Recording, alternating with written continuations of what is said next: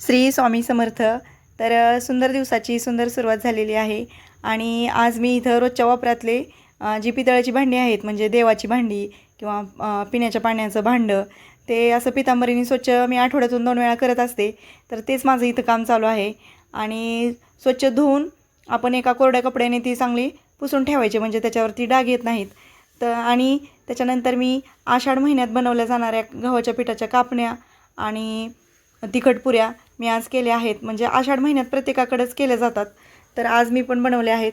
तर याची डिटेल जी रेसिपी आहे ती मी माझ्या मोठ्या ब्लॉगमध्ये अपलोड केली आहे. तर तुम्ही ते माझ्या चॅनलवर जाऊन नक्की पहा.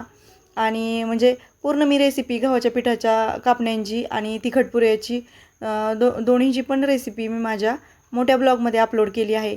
तर ती तुम्ही जाऊन नक्की पहा आणि व्हिडिओ आवडला तर लाईक, शेअर आणि सबस्क्राईब करायला विसरू नका. तर आषाढ महिन्यात प्रत्येकाकडं वेगवेगळ्या प्रथा परंपरा असतात, त्यानुसार आमच्याकडं पण तिखट पुरी आणि कापणी बनवतात. श्री स्वामी समर्थ.